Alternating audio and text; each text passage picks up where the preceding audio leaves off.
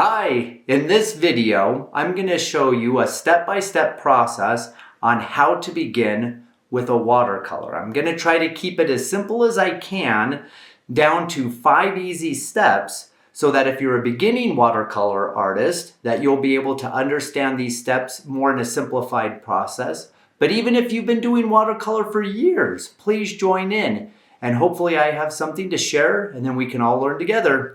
Now, before we even get into these 5 easy steps, the first thing you want to do with any watercolor painting is make sure you're prepped. Make sure you have a good reference and all your material ready to go, and then you can start. Let's jump a little bit more in depth in step number 1 and 2. Step number 1 is making sure your reference is on your page. There's a lot of different ways you can do this, tracing it on a window or a floodlight, but you want to spend your time making sure that the shape of what you're trying to accomplish is on your page. Don't use a heavy pencil. Use a 4H pencil, something very light, so then that way it can simply be seen on the page.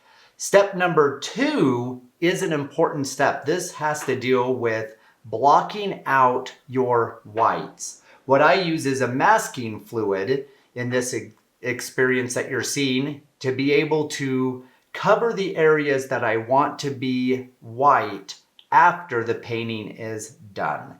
Now, with those steps out of the way, we can jump into the 3 most important steps in accomplishing a watercolor, and it all requires the pigment. Okay, technically I like to split my process of painting into 2 steps. The first step is the prepping, the drawing, and getting the white out prepared into the actual painting of the process. Now the painting of the process I like to break down into 3 steps. So there's a wet on wet, there is a damp or a wet on damp, and then there's a wet on dry technique. Now, it's very important to understand with these 3 techniques that you'll be repeating the process, and that's what builds up the layers on your watercolor to be able to get the results that you're looking for. So let's go in a little bit more in depth on each of those steps for the painting. What I'm demonstrating right here is the second important step when doing birds or animals. Oftentimes when you look at your reference photo, there's section in here that look really soft. They look really fluffy, not necessarily like the underneath all of these little feathers. You know, you can tell that it's a soft little bird. The way to get that technique is you don't want to just put the paint on or a wet on wet. You want it to be dry, and if you can see here with the brush is kind of flared out. You basically tap the paint on and then you tap it in and push it in different directions. So what it can do is it creates these multiple little lines that you're just brushing on. Now the question is, how many do you do? As many as you feel like until you get the texture, the under texture. So you can see comparison right here, how it's looking a little bit more detailed and soft compared to here where it's just a white wash. You want to start off with the wash first and then build this up. Now expect to do, 3, 4 of these layers. You don't want just one. You want to do many of these layers before you come in on the last step, which is the detailing step. So you want to come in here first. The other important thing to keep in mind as you're putting these brush strokes in is you want to make sure that you're putting the brush strokes in the direction of what you see in your reference. So if it's even an animal, a dog, a cat, if the fluffiness or a rabbit's going in a certain way, you want to push them in that general direction to create that fluffy technique. And then just add and add and add each section. The last step, after you've put in the fluffiness, which I still think I should come in and do some more, is putting in the fine detail. Now looking at the reference, you can see all the little teeny feathers that are going in every different directions coming in here, following kind of from the eye out. Now, to get this form of detail just requires putting all the little different marks as feathers on top of the underground of the fluffiness. Things I totally recommend is suggestion is better than full detail, meaning the human eye is pretty good on being able to fill in the blanks, as you would say. So do I have to paint every single feather? No, I don't. Because the human eye will be able to look and see and understand that, oh, this is a bird and it has a bunch of feathers. But you definitely have to put enough in the details so that it actually looks correct, according to what nature would want you to believe. Let's talk a little about the colors that are being used in this particular picture. Now you can see there's blues. I have down here in my palette a number of different blues, but the main one I'm using is cerulean blue with a little bit of cobalt blue. Now, with watercolor, if you're a beginner, the more water you use means that it's a lighter value on your page.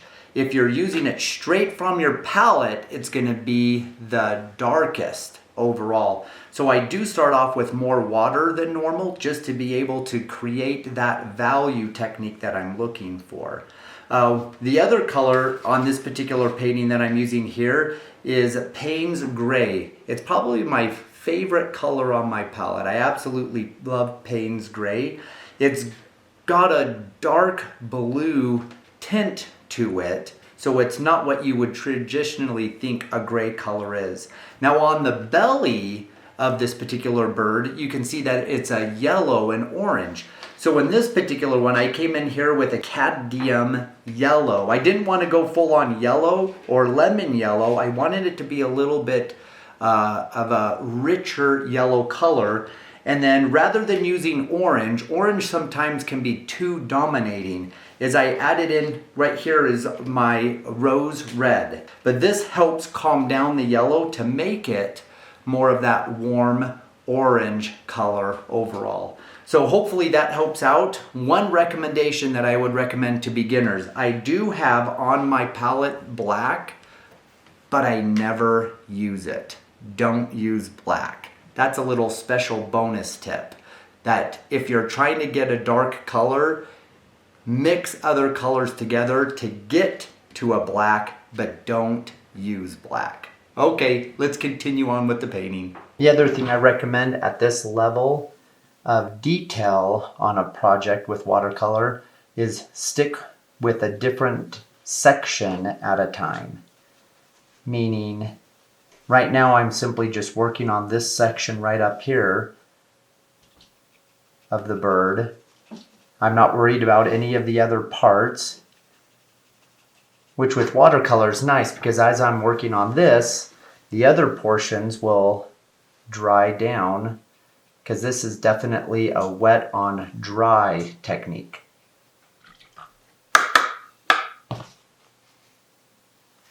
Okay, now it's time to just keep doing the process over and over again, coming back into other areas, loading up my palette with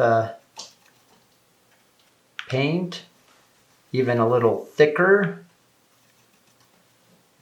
because even though it looks okay, it still needs more detail.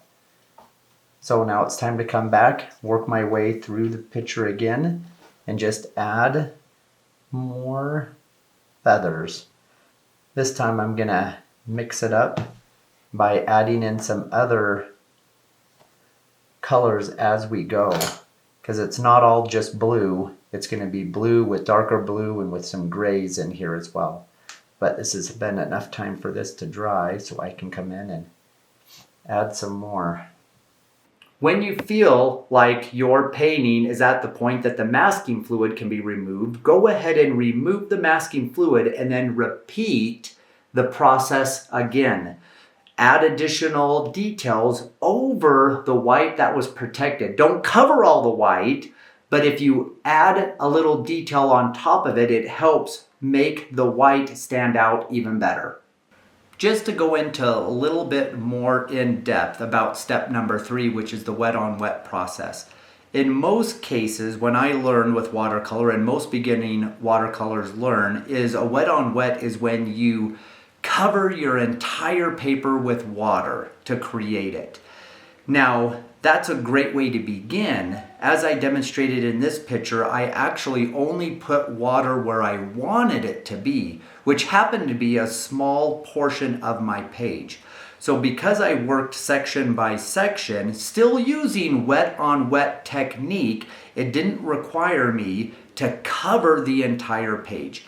Now towards the end of the painting, if you stick around, you'll notice that I do a wash over the majority of the page to create that background.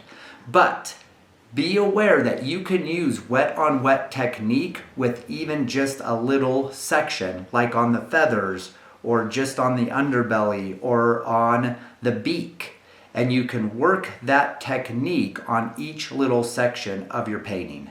Before finishing up here out of those 5 steps for a watercolor, let me go into a little bit more in depth about step number 5, which is the details. Now, I mentioned earlier that you're repeating step 3, 4, and 5 over and over again, but my favorite step is the details.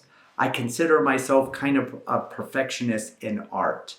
Now, I totally recommend finding a detailed package of brushes so that you can use multiple different kinds to get the techniques that you're looking at. Now, as you're going through, just focus on section at a time to add all your little detail in. But I have to highly recommend a pro tip here is as you're working through it, oftentimes we can be focused on one little section without looking at the big picture. Always take a moment, take your picture, set it at least arm length distance so that you can see what it looks like from a distance before you start. If you only focus on a small area, you can find you can get off track. So always go back, look at the big picture, come back and work at it. The other important thing that I highly recommend, here's an extra bonus, an extra step, is after you think you're finished, go ahead and put your painting on the shelf. Let it sit for a day or two and then come back and add additional details until you feel comfortable with the painting that you've created. But again, I absolutely love the details of it. It's my favorite part of the painting process. Thank you so very much for watching these 5 easy steps to be able to help beginners begin the process of painting watercolor. I hope you enjoyed them. I hope you'll stick around for additional videos that will be coming out regarding the process of watercolor or acrylics. Remember to share the love and have a wonderful day. Enjoy the painting.